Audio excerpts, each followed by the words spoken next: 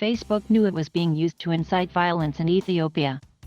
It did little to stop the spread. Documents show the social media giant ranks Ethiopia in its highest priority tier for countries at risk of conflict, but the documents reveal that Facebook's moderation efforts were no match for the flood of inflammatory content on its platform.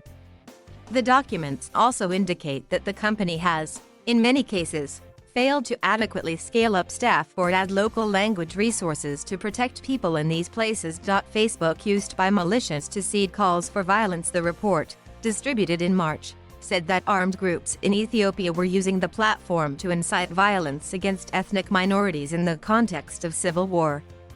At that time, a conflict in the country's northern Tigray region between its former ruling party, the Tigray People's Liberation Front, and the Ethiopian government had been rumbling on for 5 months.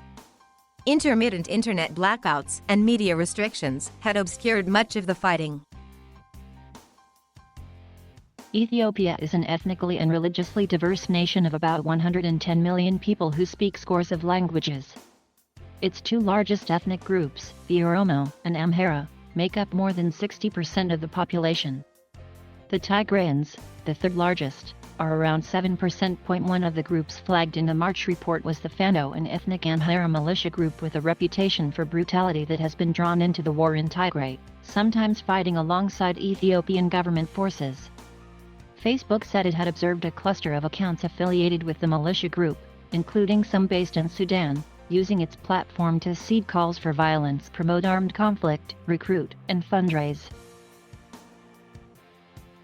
Since the war started last November, the Fano militia have been linked by displaced Tigrayans to human rights abuses, including the killings of civilians, looting and rape, according to the United Nations Rights Office, Amnesty International and other human rights groups. Though the Facebook team said it had recommended the Fano-affiliated network be taken down, it suggested that other bad actors promoting violence on its platform were simultaneously slipping through the cracks.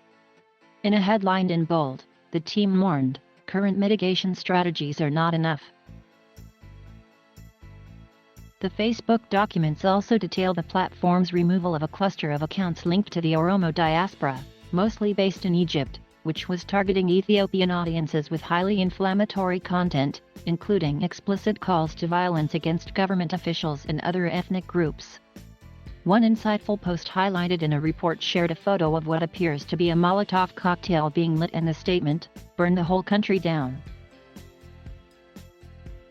The whistleblower, Haugen, said one of her core motivations for gathering the internal documents was bringing to light how badly Facebook is handling places like Ethiopia, where she suggested engagement-based ranking was fanning ethnic violence. "I genuinely fear that a huge number of people are going to die in the next 5 to 10 years, or 20 years, because of choices in underfunding by Facebook," Haugen said. In comments made to the consortium, Haugen emphasized the vast difference between the integrity and security systems rolled out by Facebook in the United States versus the rest of the world, adding that the company was not adequately policing its platform in most non-English languages. "Over the past 2 years we have actively invested to add more staff with local expertise, operational resources, and additional review capacity to expand the number of local languages we support to include Amharic, Oromo, Somali and Tigrinya. We have worked to improve our proactive detection so that we can remove more harmful content at scale. We have also partnered extensively with international and local experts to better understand and mitigate the biggest risks on the platform," the spokesperson said.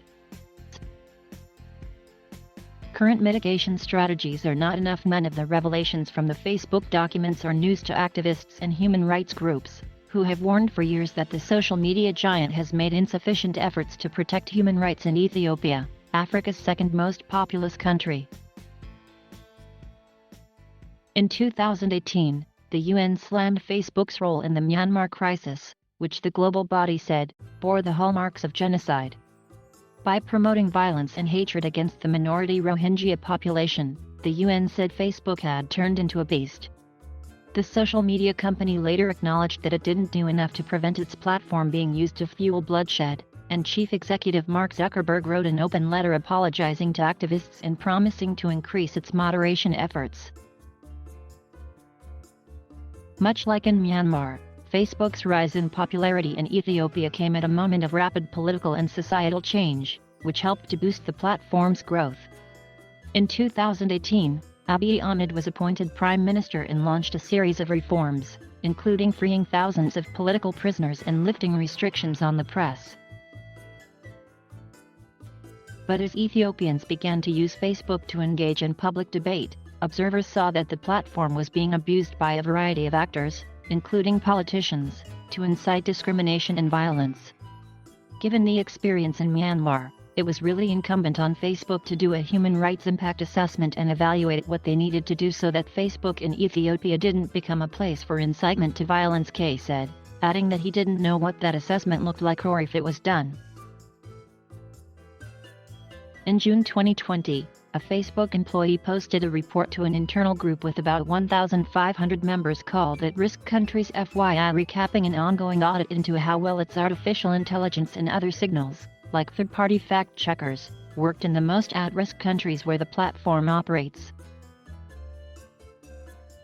We found significant gaps in our coverage, showcasing that our current signals may be inadequate, the employee wrote, sharing a spreadsheet with a list of at-risk countries and the languages supported by the platform in each. Even as the conflict in Tigray escalated, Haugen said she had only found evidence that Facebook had allocated even slight language support in 2 of the country's many native languages.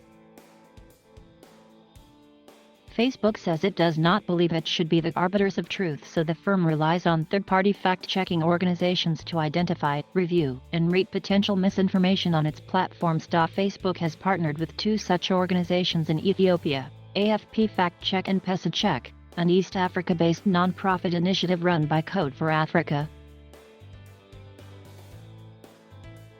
Thank you for watching. Please subscribe.